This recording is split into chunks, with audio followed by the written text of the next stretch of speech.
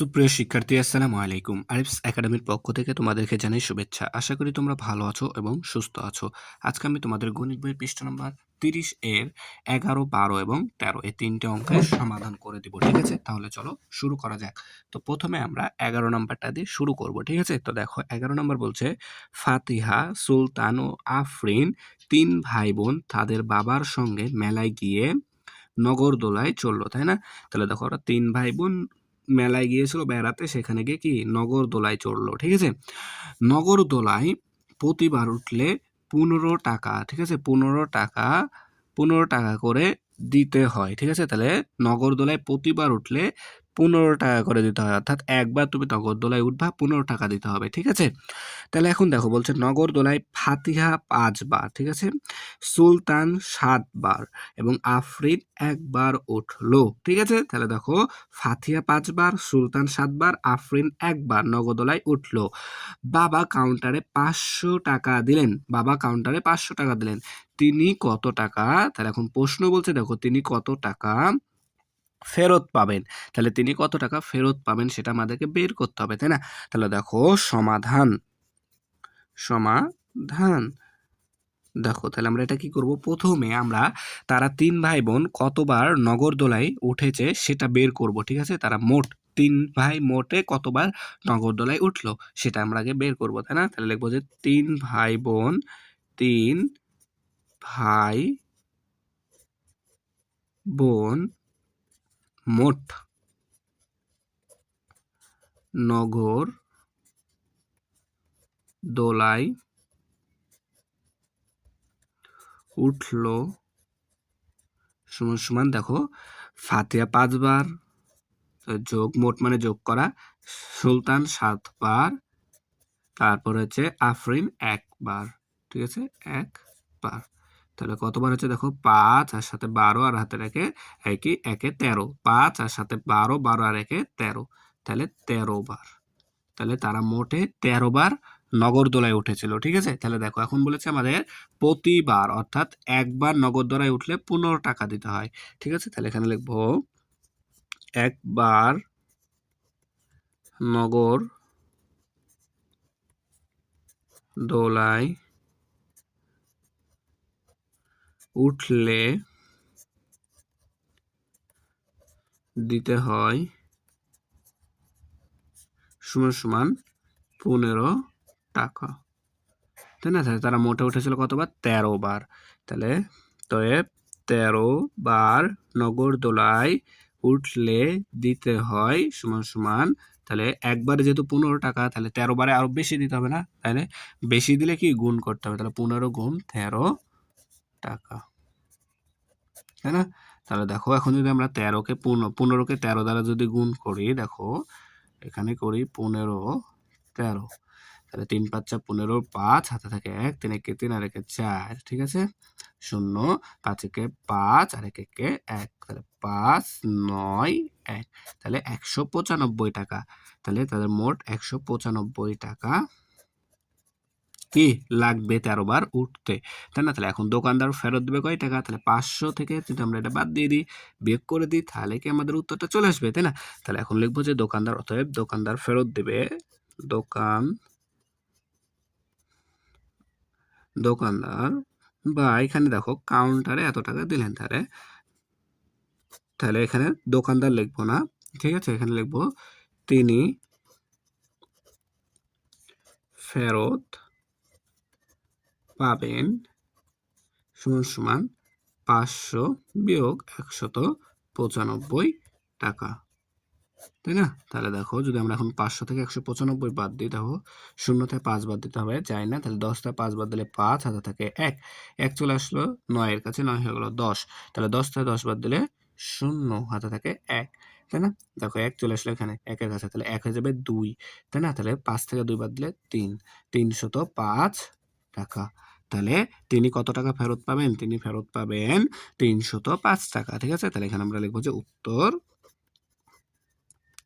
305 টাকা, তাই না? তাহলে দেখো আমরা কিন্তু খুব সহজে উত্তরটা করে ফেলতে পারলাম। ঠিক আছে, এরপর চলো তাহলে 12 নম্বরটা সমাধান করি। তো দেখো 12 নম্বরটা প্রশ্ন পড়ি প্রথমে। তো দেখো বলছে যে কি মা ও পুত্রের বয়সের সমষ্টি ৪৫ বছর। ঠিক আছে? তাহলে মা ও পুত্রের বয়সের সমষ্টি, সমষ্টি মানে কি ভাইয়া দেখো, সমষ্টি মানে যোগফল। ঠিক আছে? সমষ্টি মানে যোগফল, অর্থাৎ মা ও পুত্রের বয়সের যোগফল হচ্ছে ৪৫ বছর। ঠিক আছে? তাহলে মা ও পুত্রের বয়সের যোগফল ৪৫ বছর। তারপর হচ্ছে এখন মায়ের বয়স পুত্রের বয়সের ৪ গুণ। তাহলে মায়ের বয়স পুত্রের বয়সের ৪ গুণ।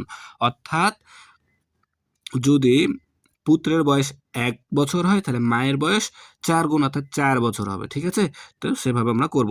এখন বলছে যে তাদের প্রত্যেকের বয়স কত, অর্থাৎ মায়ের বয়স কত এবং পুত্রের বয়স কত সেটা আমাদেরকে আলাদা আলাদা করে বের করতে হবে। ঠিক আছে? তো এখানে আমাদেরকে একটাই হিন্টস দেওয়া আছে, দেখো ২ টা দেওয়া আছে। একটা হচ্ছে যোগফল অর্থাৎ সমষ্টি দেওয়া আছে, আর একটাও দেওয়া আছে মায়ের বয়স পুত্রের বয়সের ৪ গুণ। ঠিক আছে? ইতিপূর্বে কিন্তু আমরা এই ধরনের অঙ্ক কিন্তু করেছি। ঠিক আছে? তাহলে দেখো সমাধান। তাহলে দেখো এখানেই বলেছে পুত্রের বয়সের ৪ গুণ। তাহলে এখানে পুত্রের বয়স দেওয়া নাই, কিন্তু মায়ের বয়সটা বলা আছে যে পুত্রের বয়সের ৪ গুণ। তাহলে আমরা পুত্রের বয়সটা এখানে আমরা ধরে নিতে পারি। ঠিক আছে? তো লিখবা যে ধরি পুত্রের বয়স সমান সমান ক বছর। ঠিক আছে? এটা আমরা পুত্রের বয়সটা ধরে নিলাম যে তার বয়স কত, ক বছর। এখন তাহলে মায়ের বয়স কত হবে, ৪ গুণ। তাহলে ৪ গুণ ক বছর হবে মায়ের বয়স, তাই না? তাহলে অতএব মায়ের বয়স সমান সমান দেখো ৪ গুণ, তাহলে পুত্রের বয়সের ৪ গুণ, তাহলে পুত্রের বয়স ক বছর, তাহলে ৪ গুণ ক সমান সমান ৪ ক বছর।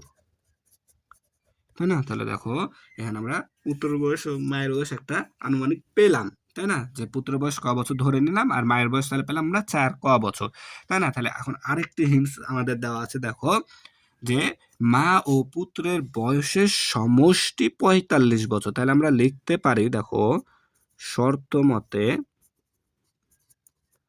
তাহলে দেখো সমষ্টি অর্থাৎ যোগফল, তাহলে আমরা পুত্রের বয়স মা এবং পুত্র বয়সটার যোগফল এখানে দেওয়া আছে, তাহলে এটা আর এটা আমরা যোগ করতে পারি। তাহলে দেখো ৪ ক যোগ ক সমান সমান আমরা লিখতে পারি ৪৫ বছর, তাই না? ৪৫টা লিখতে পারি, তার কারণ কি দেখো এটা হচ্ছে মায়ের বয়স আর দেখো এটা হচ্ছে পুত্রের বয়স আর এটা কি যোগফল, তাদের যোগফল সমান সমান ৪৫ বছর। এই যে এখানে আমাদের দেওয়াই আছে। ঠিক আছে? তাহলে এটা আমরা এখান থেকে লিখে নিলাম। ঠিক আছে?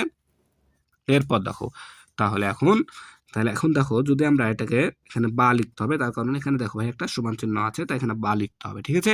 তাহলে দেখো এখানে আছে ক, ৪ ক আর এখানে আছে ক যোগ ক, তাহলে যদি দুইটাকে যোগ করি তাহলে ৫ ক হবে। ৪ ক এর সাথে যদি আমরা একটা ক যোগ করি তাহলে ৫ ক হবে, তাই না? তাহলে ৫ ক সমান সমান আমরা লিখতে পারি ৪৫। তো দেখো এখানে ৫ এবং ক কিন্তু গুণ অবস্থায় আছে। তো আমরা কিন্তু এর আগের ক্লাসগুলোতে শিখেছিলাম যে সমান চিহ্নের বাম পাশে যদি গুণ অবস্থা থাকে তাহলে সমান চিহ্নের ডান পাশে গিয়ে ভাগ হয়ে যায়। ঠিক আছে? তাহলে এটাকে আমরা লিখতে পারি বা ক সমান সমান ৪৫ ভাগ ৫। দেখো এই ৫ কিন্তু এ পাশে ক এর সাথে গুণ অবস্থায় ছিল, তাহলে ডান পাশে এসে কি ভাগ হয়ে গেল। ঠিক আছে? তাহলে এখন দেখো যদি আমরা ৪৫ কে ৫ দ্বারা ভাগ করি তাহলে কত হয় দেখো, বা ক সমান সমান ৫ নং ৪৫, তাই না? ৫ নং ৪৫ তাহলে ৯, অতএব ক সমান সমান ৯। তাহলে দেখো এখানে আমরা ক সমান ক এর মানটা পেয়ে গেলাম, তাই না? তাহলে ক সমান কার বছর, এই যে পুত্রের বয়স। তাহলে আমরা এখন লিখতে পারি যে এই সাইডে লিখি দেখো অতএব পুত্রের বয়স সমান সমান ক সমান সমান ৯ বছর, তাই না? আর মায়ের বয়স, দেখো মায়ের বয়স খুবই সহজ অঙ্ক, মায়ের বয়স সমান সমান কয় ক, ৪ ক, তাহলে ৪ ক, তাহলে ৪ গুণ ৯, জাস্ট ক এর মানটা বসাই দিলাম, ৪ গুণ ক বছর সমান সমান ৪ নং ৩৬ বছর, ৩৬ বছর। ঠিক আছে? দেখো তাহলে পুত্রের বয়সও পেয়ে গেলাম, মায়ের বয়সও পেয়ে গেলাম। ঠিক আছে না? তাহলে এটাই কি আমাদের উত্তর। তাহলে পুত্রের বয়স ৯ বছর আর হচ্ছে মায়ের বয়স ৩৬ বছর। তাহলে এখানে তোমরা উত্তরে লিখে নিবা যে মায়ের বয়স ৩৬ বছর, পুত্রের বয়স ৯ বছর। ঠিক আছে? তাহলে দেখো আমরা খুব সহজেই কিন্তু ১২ নম্বরটাও শেষ করে ফেললাম। ঠিক আছে? এখন আমরা ১৩ নম্বরটা সমাধান করব। দেখো ১৩ নম্বর প্রশ্নটা পড়ি প্রথমে আমরা। তো দেখো ১৩ নম্বর বলছে কি একজন শ্রমিক, ঠিক আছে? একজন শ্রমিক ৫ দিনে ৩,১২৫ টাকা আয় করেন, ঠিক আছে? তাহলে ৫ দিনে ৩,১২৫ টাকা আয় করেন। বলছে ৩ সপ্তাহে তিনি কত টাকা আয় করেন? তাহলে দেখো এখানে কিন্তু সপ্তাহ দেওয়া আছে আর এখানে আমরা পেলাম দিন, তাই না? তাহলে এই সপ্তাহকে প্রথমে আমাদেরকে কি করতে হবে? দিনে কনভার্ট করতে হবে। তাহলে দেখো ভাইয়া আমরা জানি কি? আমরা জানি ১ সপ্তাহ সমান ৭ দিন, তাই না? তাহলে দেখো ১ সপ্তাহ সমান ৭ দিন। তাহলে এখানে কয় সপ্তাহ বলা আছে? ৩ সপ্তাহ। অতএব ৩ সপ্তাহ সমান ৭ গুণ ৩ সমান ৩ ৭ ২১ দিন। তাই না? তাহলে ২১ দিনে তিনি কত টাকা আয় করেন সেটা আমাদেরকে বের করতে হবে। ঠিক আছে? তাহলে দেখো এখানে দেওয়া আছে ৫ দিনে আয় করেন ৩,১২৫ টাকা। তো এটা আমরা ঐকিক নিয়মে করলে সহজ হবে। ঠিক আছে? তো আমরা প্রথমে এটাকে কি ঐকিক নিয়মে করব। ঠিক আছে? তাহলে দেখো লিখব ৫ দিনে আয় করেন সমান ৩,১২৫ টাকা। তাই না? এটা আমরা ঐকিক নিয়মে করব। আমরা ঐকিক নিয়মও কিন্তু শিখেছি। ঠিক আছে না? তাহলে দেখো ৫ দিনে আয় করেন ৩,১২৫ টাকা। তাহলে ১ দিনে আয় করেন। দেখো ভাইয়া তাহলে ৫ দিনে যদি ৩,১২৫ টাকা আয় করে ৫ দিনে তাহলে ১ দিনে আরো কম হবে, তাই না? তাহলে কি করতে হবে? কম হলে আমাদেরকে ভাগ করতে হয়। তাই না? তাহলে ৩,১২৫ ভাগ ৫ টাকা। এটা হচ্ছে কি ১ দিনের আয়। ঠিক আছে না? এরপর দেখো তাহলে আমাদের এখন বলেছে কয় দিনের? ২১ দিন অর্থাৎ ৩ সপ্তাহ। তাহলে আমরা অতএব ২১ দিনে আয় করেন। তাহলে দেখো যদি ১ দিনে কম হয় তাহলে ২১ দিনে আরো বেশি হবে না? তাহলে এটা কি গুণ হয়ে যাবে। তাহলে ৩১২৫ ভাগ ৫ এটার সাথে কি গুণ হয়ে যাবে ২১ টাকা। তাই না? তাহলে এখন আমাদেরকে যদি আমরা এই গাণিতিক বাক্যটা সমাধান করতে পারি তাহলে কি আমাদের উত্তরটা চলে আসবে, তাই না? তাহলে দেখো তাহলে প্রথমে আমাদেরকে কি করতে হবে? প্রথম ব্র্যাকেটের কাজটা করতে হবে, তাই না? তাহলে যদি আমরা ৩১২৫ কে ৫ দ্বারা ভাগ করি তাহলে দেখো উপরে করছি কত হয়? তাহলে ৫ ভাগ ৩১২৫ ২৫, ঠিক আছে? তাহলে দেখো এখানে একটা আছে কিন্তু এখানে একটা নিলে হবে না, ২ টা নিতে হবে। তাহলে না যায় কয়বার? ৫ ৬ ৩০ ৬ বার। তাহলে ১ থেকে ০ বাদ দিলে ১, ৩ থেকে ৩ বাদ দিলে ০ বা শূন্যের দাম নাই। ঠিক আছে না? এরপর দেখো তাহলে এই ২ নেমে গেল। তাহলে ৫ দুগুণ ১০, ৫ দুগুণ ১০, তাই না? ৫ দুগুণ ১০ তাহলে ২ থেকে ০ বাদ দিলে ২, ১ থেকে ১ বাদ দিলে ০, বামে শূন্যের দাম নাই। তাহলে এই ৫ টা এবার এখানে নেমে গেল।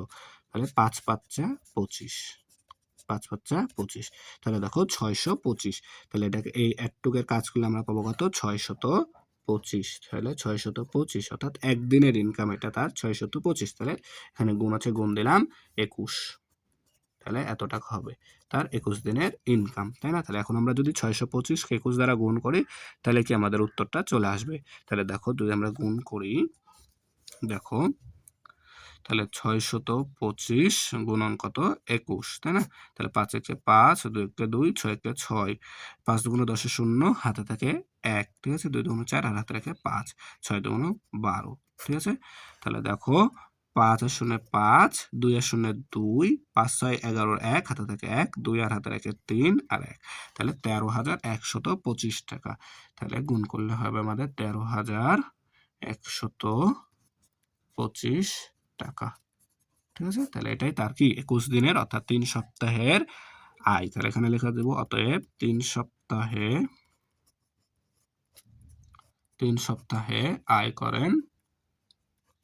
আয় করেন সমান ১৩,১২৫ টাকা। ঠিক আছে? এটাই তার কি ৩ সপ্তাহের আয়। ঠিক আছে? তাহলে এটাই আমাদের উত্তর। ঠিক আছে? তাহলে আশা করি তোমরা অঙ্ক ৩ টা ভালো মতো বুঝতে পেরেছো। ঠিক আছে? তাহলে আজকে এই পর্যন্তই। ভিডিওটি ভালো লাগলে অবশ্যই লাইক, কমেন্ট, শেয়ার করতে ভুলবেন না এবং পরবর্তী ভিডিও সবার আগে পেতে আমাদের চ্যানেলটি সাবস্ক্রাইব করে রাখো। আল্লাহ হাফেজ। আসসালামু আলাইকুম ওয়া রাহমাতুল্লাহ।